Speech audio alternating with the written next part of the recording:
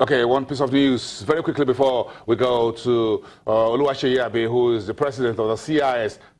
Thursday last week, the Securities and Exchange Commission sent two new bills to the leadership of the National Assembly, the Senate to be precise. One of it has to do with warehouse receipts for commodities.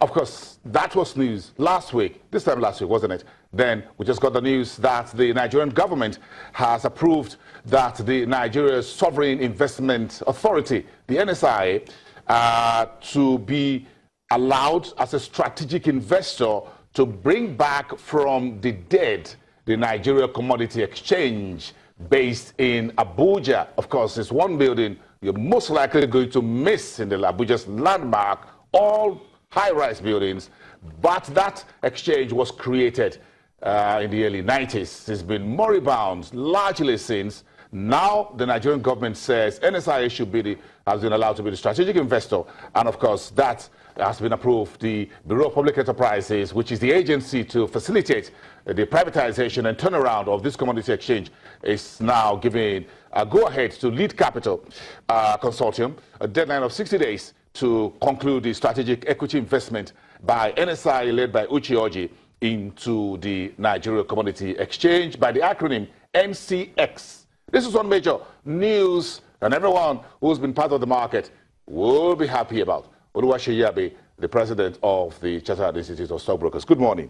Morning. This is good news, isn't it? Yeah, it's a good news. Yes, very good news that we can get something up and running. What's your comment on this, quickly? Yeah, it's really a good news because before we have said our economic, the mainstay is agric, before we started talking about oil. But I mean, from all indications, oil is gradually shifting and government is actually looking back at agric. And the only way we can ensure standardization in that is to have something that, like the commodity exchange, okay, standardization of products, they can bring it together. The farmers can now come, to the buyers and all those things. Once we sort all these standardization issues, I'm sure quite a lot of us will be happy to go back to farming. Or you become a commodity trader because you're a chartered stockbroker. So you trade stocks, you trade bonds. Trade now with these, you could become a commodity trader. Absolutely. Fantastic. So you could be trading wheat, corn, cocoa, trading and all that. Yes, looks like good news. But the reason why you were here was because a partnership that ought to work between the capital market and the Nigerian government don't seem to be the situation. So in terms of what the capital market ought to be in the country's economic development, what's the situation as we speak? Well, the government isn't doing enough, in my own perspective, because the government needs to understand the role of the capital market in the economy, via, pooling of savings together, and the possibility of raising medium to long-term capitals. Okay? If you look at the budget of the year, the federal government has said we are going to be borrowing both from internal and external sources. And the landscape that we have in Nigeria now, puts us on a good stead for that. Because what are the issues against Nigeria before? Security, we have currency issues, we have the major one, which is corruption. And from what the government has done so far, they have tackled all that. And most importantly, in the oil region, there has been a less of a bombing and all that. So confidence is gradually returning back to the economy. All right? Now, what is now left for the government to do is to take the right steps. Okay, going back to the budget, the government has said they are going to raise some money. And they have been doing that, through the instrumentality of the capital market. For instance, the federal government has issued the savings bonds, which is to take, the bond activities and the treasury bill activities to the low income. But we need to start seeing a lot of tractions in this direction in the capital market, all right? And the government needs to understand this market and the untapped potentials, in the market. Let's talk about the foreign souk in the Islamic finance system. By the end of 2015, the whole money that has been put together through this system is about $2.5 trillion. Globally? Globally. Now, the Securities and Exchange Commission has come up with guidelines, and they're working with government on the opportunities in this area. You know, with people calling every day, you know, for more Sharia compliance products in the financial market. So the government needs to come closer to us as we are trying to draw closer to the government.